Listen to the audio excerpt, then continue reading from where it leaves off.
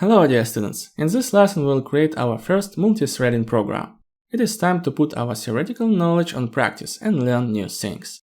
We'll start from understanding of thread lifecycle and in which states our thread may be, and when we'll jump to practical examples, you'll have enough knowledge to understand them. In this lesson I will show you how to create thread with 5 different ways. We are going to learn such basic class for multithreading in Java like thread, and one of the most important interfaces, Runnable. While showing you examples, I will focus your attention on main properties of thread class that describe its state. And once we run threads, we'll learn with you how we can interrupt execution of a thread. We'll discuss methods that are deprecated for a long time already and that you never should use. And also we'll talk about proper ways of thread interruption. Today we are going to have a lot of code examples. And as we will go over the examples, I will also explain specifics of some methods and behavior of threads. Let's start. And as I said before, let's start from the understanding the whole life cycle of a thread.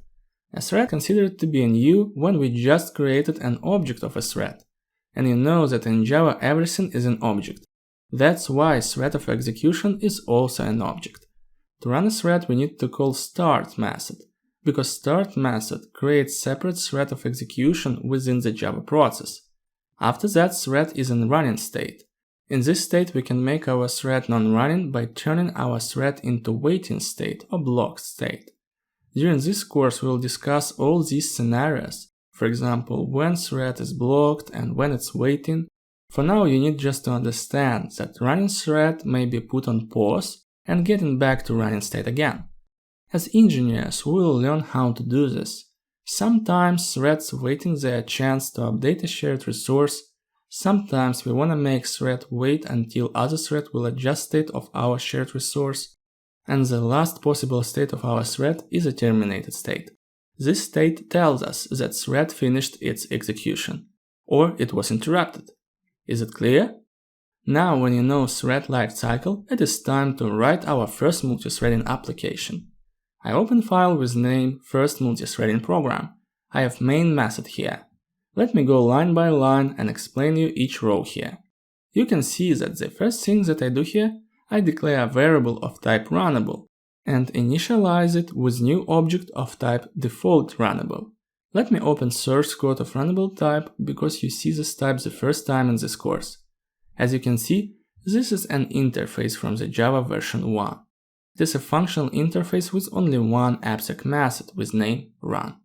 We see that this method returns nothing and return type is void. This is exactly the method that we need to implement and where we need to put a code that will be executed in a separate thread. To have separate thread, we need to have instructions about what this thread is supposed to do. And these instructions should be written somewhere. This is exactly the method that will be executed by thread. Let's now check the source code of a default runnable. We see here that default runnable implements runnable interface. Basically, this is my custom class that gives implementation to run method.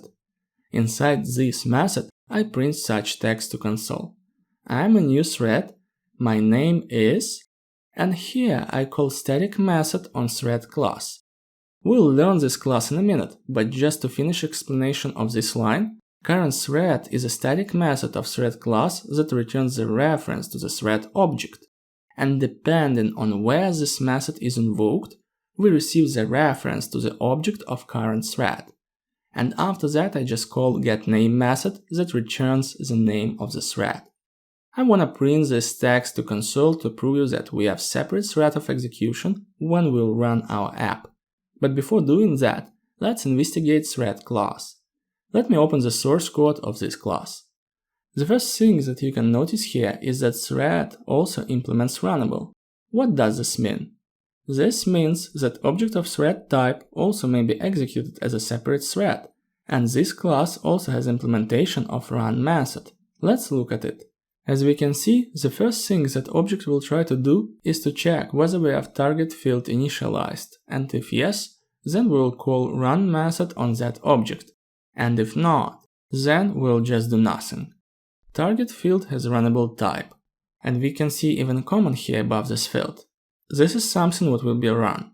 So as you can understand, we can do two things here. We can pass runnable object to the thread class, or we can override run method in thread class. We can pass runnable to this class via constructor. We have really a lot of different versions of constructor for this type.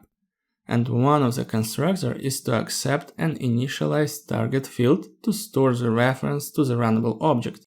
Interesting thing to notice here is that this constructor invokes another version of constructor.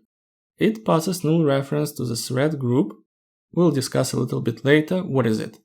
Reference to our runnable object, name of the thread which consists of the word thread, dash and the sequential number. That is static variable with name thread_init_number. That is incremented every time we invoke nextThreadNum method. And the last argument is a stack size. We pass 0 because according to documentation, in case this argument is 0, we ignore requirement for specific stack size for this new thread. And the new constructor in turn calls new constructor that passes two more arguments, null and true. Null value is passed to cover such constructor argument as access control context, and true value is the flag to indicate whether we need to inherit initial values for inheritable thread locals from the constructing thread. Let me explain what these things mean.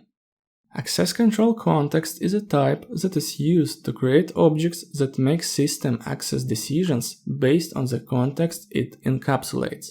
Check permission method that is invoked on the context that access control context encapsulates inside, either allowed to process with access to resources or throw access control exception. Anyway, this is not the topic for the first lesson of multithreading, and this is not what you will use on daily basis directly while working with multithreading, but just an overview to let you know. Regarding the second argument, inherit thread locals. Do not pay a lot of attention to this one at this moment. We'll cover concept of thread locals and inheritable thread locals separately, but in short, this flag is to tell thread whether we need to inherit values from inheritable thread local from the constructing thread.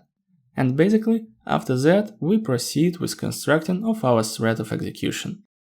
Besides the constructor with runnable that we have just discussed, we have also different constructors that initializes other properties of thread object. For example, thread that takes runnable and access control context, constructor that takes thread group and runnable. Also, another popular constructor for debugging purposes is constructor with runnable and string. String represents the name of the thread. And other different variations including constructors with stack size and boolean flag to indicate the state of the inherit thread locals flag. What other properties does thread class have? If we would scroll to the top of this file, we'll find properties that we also may use during the configuration of the thread. You already know about thread name property. By the way, here's also a new keyword for you, volatile. We'll cover it too in the separate lesson. We have priority property. This is a value from 1 to 10 that will be used by thread scheduler to decide what thread is more important to work with resources next. However, we never can rely on the priority property when we have concurrent thread executed. Let's call this recommendation, but not mandatory direction to follow for thread scheduler. What is a thread scheduler? It is part of JVM that decides which thread should run. Also, it decides which thread should wait. How it is worked? This is a great question, but probably not for the first practical multithreading lesson. We'll also cover this topic separately. The next property here is daemon. By default, it is false. We'll discuss later in this course what daemon threads are. Interrupted flag is used to indicate whether thread is interrupted and we need to stop its execution, or we need to proceed execution of a thread. Later in this lesson, I will also show you how to interact with this property. Next fields here used by JVM.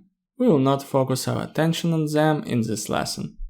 And probably the one property that we didn't talk yet is a thread group. This object is used to group threads together in one group. Thread group forms a tree, and every thread except original thread group has a parent. There are also some specifics of locking mechanism for thread in thread group, but probably we'll cover this in a separate lesson. And it looks like that's it regarding high-level overview of a thread class and its properties. Definitely there are more things to learn here, but we'll do it gradually and with practical examples case by case. Now let's get back to the demo file. Here you can see that I created thread object and passed the reference to the runnable object. Why option with the separate class might be needed? In this case, you can declare some fields if needed. Also, you can declare constructors and pass external resources to the new object if needed. Because by default, run method doesn't take anything as method argument. And here is just an example of constructor initialization of the state of this object. If we want, we can pass any external object to the constructor and use the state of our runnable object in run method if needed. In such way, you can adjust shared resource that we shared with this thread. This is basically first way to create a thread object that is ready to be executed and that is in new state. The next way is another variation of the first one. Instead of creating type that implements runnable, we can just pass instance of anonymous class. You can see here that I have similar run method implemented. Basically, nothing special to highlight here. And to be honest, this way of creating thread is not very popular. The next way to create thread is to extend new class from the thread and override run method. If you remember, when we were reviewing thread object, we saw that there is nothing to execute by default if we didn't pass the reference to the runnable object. That's why theoretically we can just override run method. You can see that the current class extends thread class and we override run method here. And after that, in main method, I simply create the object of the first multithreading program type. That's it. While this option often described in learning literature, don't recommend you to do this way. Why? Because you extend thread class just to override one method. Probably it is not the best approach from the single responsibility principle point of view. For such purposes, we have runnable type, and we can use it to give implementation to run method. The fourth way to prepare thread for execution is to use lambda expression to implement run method. Here you can see that I created lambda function that takes no arguments and returns nothing. Basically, I just print the same text. And the last but not the least for today is the way preparing thread with method reference. I have static method declared in this class with name execute that takes no parameters and that prints the same text to console. I just pass in method reference here that meets the definition of runnable interface. It doesn't take any arguments and it returns nothing, the same as run method. In case you are not familiar with lambda functions and method references in Java, but you want to learn them, check my functional programming course for Java engineers. We have really a lot of examples there. The next thing that you see in this line, I just print name of the current thread to console, and for the sake of example, I call run method. Remember, run method doesn't start the thread of execution. Only start method starts separate thread. But if you would call directly run method, you would just execute run method synchronously. And after that, I call start method on each thread that we created here. Let's run the program to see what we have got in the console. In the first line, we see printed text from my main thread. Here you can see the text current thread name is, and its name is main. Main is the name of the first thread that we have in our Java application. The next line is result of invocation of run method. And as you can see, thread name is still main. That proves that invocation of run method doesn't actually start a new thread. And to start a new thread, we need to call start method. After you can see multiple lines with different names of a thread. That is exactly what is returned by getName method on the current thread invoked from the thread. And you remember that by default, naming convention for each thread is thread word and sequential number of a thread. Can you understand now how to run a new thread? In real life, you will often use executors to run and manage your threads. We will learn executors later in this course. But what we have learned in this lesson This is basics that you need to understand before moving further. Now, when we know how to start a thread, let's learn how to interrupt it and stop its execution.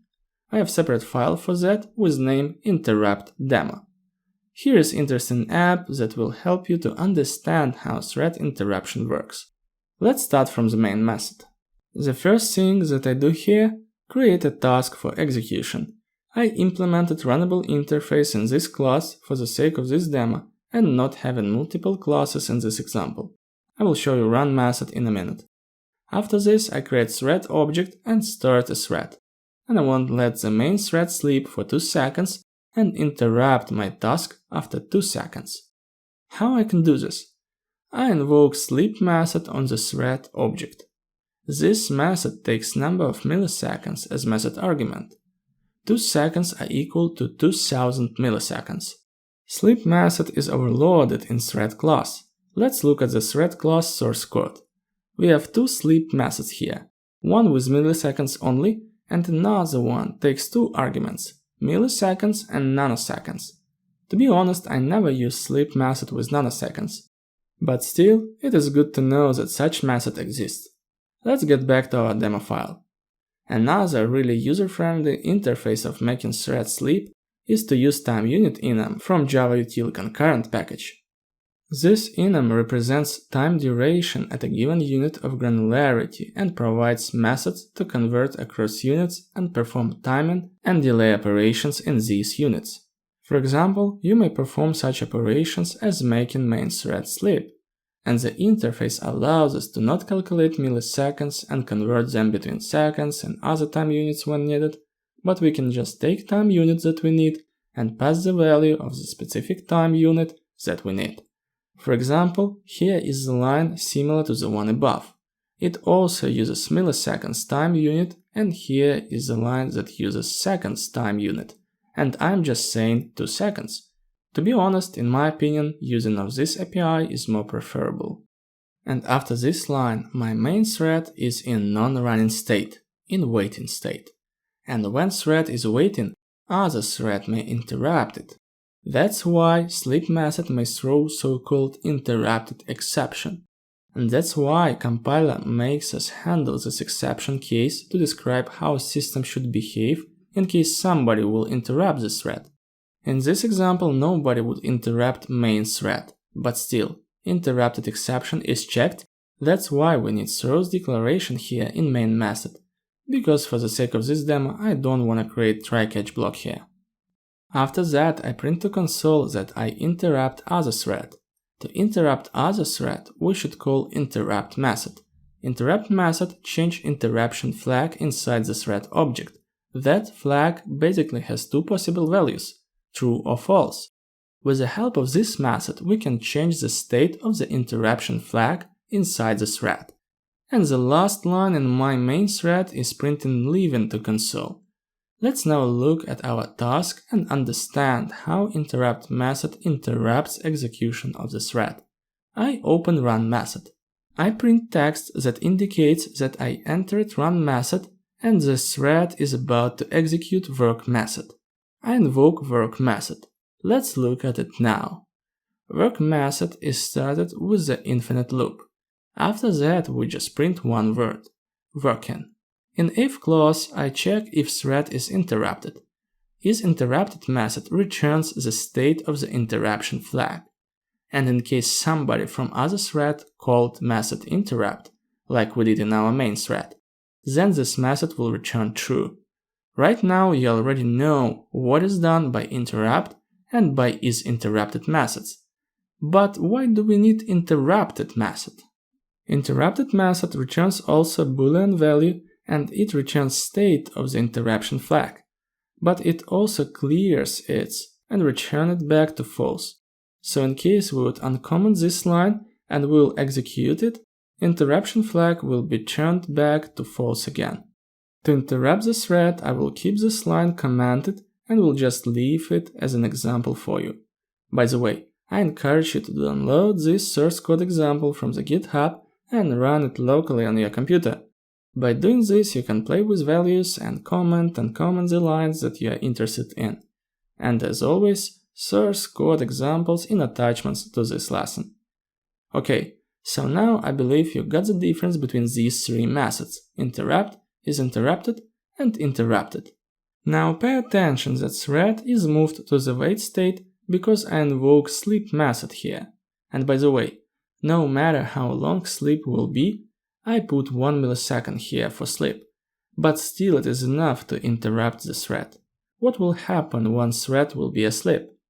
Taking into account I'm in this if block because interrupted flag is equal to true and the thread is in waiting state, my thread will be interrupted and interrupted exception will be thrown. This line will not be executed. Never. Because interrupted exception will be thrown. This method throws interrupted exception without any handling to the upper level. And here we should print interrupted in work method and return from the run method. As you can see here, I have try catch block because sleep method may throw checked exception and work method doesn't handle this potential exception inside. Let's run this program now. For 2 seconds, program will print to console working until thread will be interrupted. And once it is interrupted, let's see what we have. The first thing that happened is thread interruption.